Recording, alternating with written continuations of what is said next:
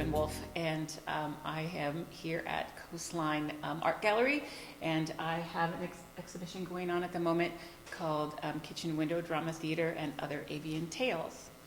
The Kitchen Window Drama Theater is the latest grouping of drawings and paintings that I've been working on. Over the past several years, I have been working on these figurative pieces that involve motion or movement. And in this case, I was realizing the bird feeders outside my home also sort of suggest or spoke to me about movement. And I was watching the birds and how they moved and sort of the relationships of the birds, and that started to become very interesting to me. So this current body of work is what this particular portion of the show is about. This was actually the very first piece that I made for the grouping. And this was done for an exhibition here at Coastline called the 50/50 Show. And I was thinking that, I've been doing all of these paintings and drawings of people that have motion or movement in them. And to me, like the figurative, the people have always been the really important. Those are the ones that really, truly sort of matter in terms of the art that I'm presenting. But realizing how easily I could incorporate the drawing into the painting, I thought the birds were such a great vehicle now for this. So this was literally the first piece that I made. And then this was one of the last pieces that I've made so far. I don't feel as though this particular grouping is over, but I do feel like it has to sort of progress and change. And so the act of drawing is far more prevalent in this piece than the earlier painting. Are you working from life or photos or both? From life, it would be kind of from the memory, the experience of seeing the bird, to see the activity. In this particular bird, this is a bird that is not native to Southern California.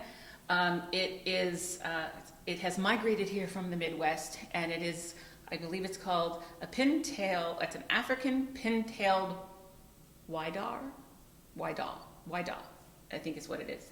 And it has this amazing long tail, and you can see in the drawings of it how the tail moves, and that really added to that sense of drama and movement and activity within the piece. So watching the bird, I was really trying to remember the movement of the bird, but that's impossible to do this specifically from life, from watching. So I ended up taking my own photographs and researching online.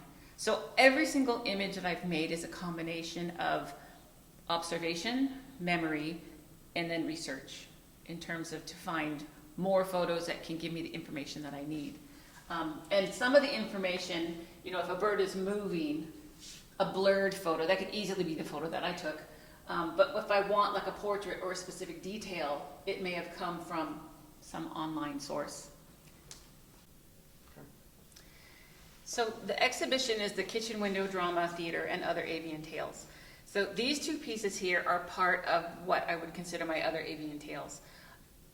Between larger groupings of work, I would always cycle back to birds or butterflies or dogs, other subjects that were kind of maybe just a little easier to approach or to create larger sort of stories about.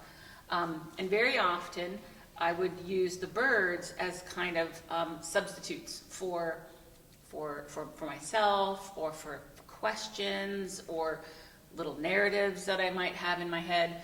And these pieces here were done in such a way where the birds, in this particular piece, this one is trying hard to forget,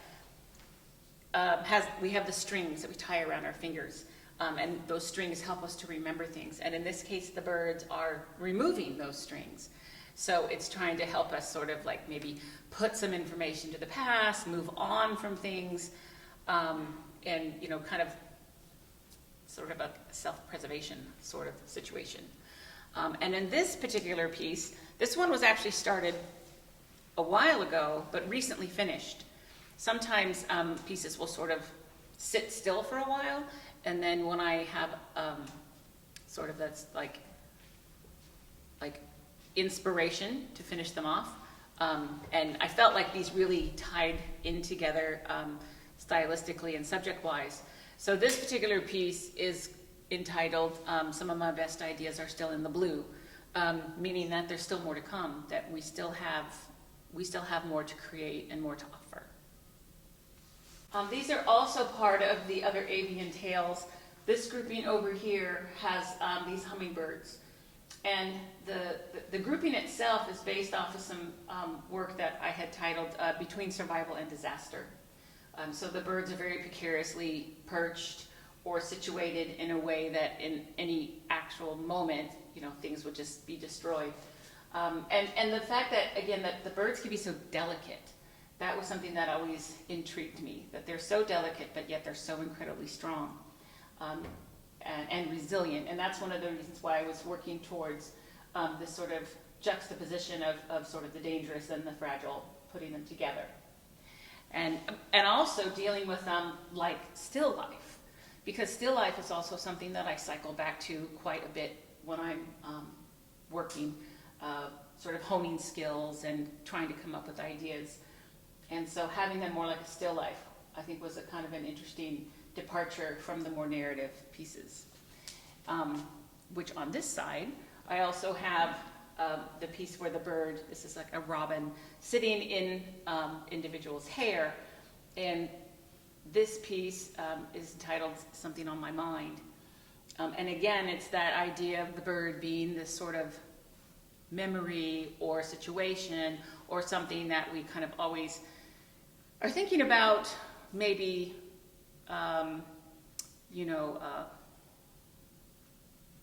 losing my words, sort of that nagging thing in the back of your brain you're always kind of coming back to. So I just mentioned often working with a still life subject matter. So in this instance, working with the birds, I'm actually working with birds that are ceramic. They're not real. They're vases that were my father's, and so they have a very sentimental purpose for me. But then also the idea of the bird. We have the live birds, or we have the birds here that are more objects and more still life based. And what interests me about these is the fact that I could create situations where they can relate to other things. Like in this instance, we have the nest. This piece is called Home Sweet Home. So it could be a bird with real feathers. It could be a bird with a nest. It could be birds with branches or flowers, because they are vases. So creating these sort of stories with the birds that are not real kind of intrigues me moving forward. And also additionally, because they are family heirlooms, that's another thing that I'm kind of considering for the future, as far as the still life subject matter goes, that I've been working with, is to take these family heirlooms, the teacups, the crystal, the tea cozies, the things that are important to the family's history, and to document them. So that's where I believe I'll be going next. When you have different ideas that are moving around in your head about directions to go next, mm-hmm. do you have trouble whittling them down and deciding where you're actually going to go next? The first response is no, because I dive right in and I'll paint a bunch of things. And with that, you have the instance of quantity over quality.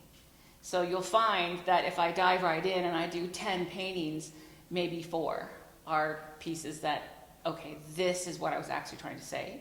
So those are the pieces that I'll go with. If I spend too much time thinking and plotting and planning, then it was like, why did I there's no need to do it now, because I thought my way through it. Where if I'm actually painting and drawing and sort of physically working my way through the project, it's sort of more rewarding. I learn from the process and I get inspired by the process, and that's what makes me want to move on.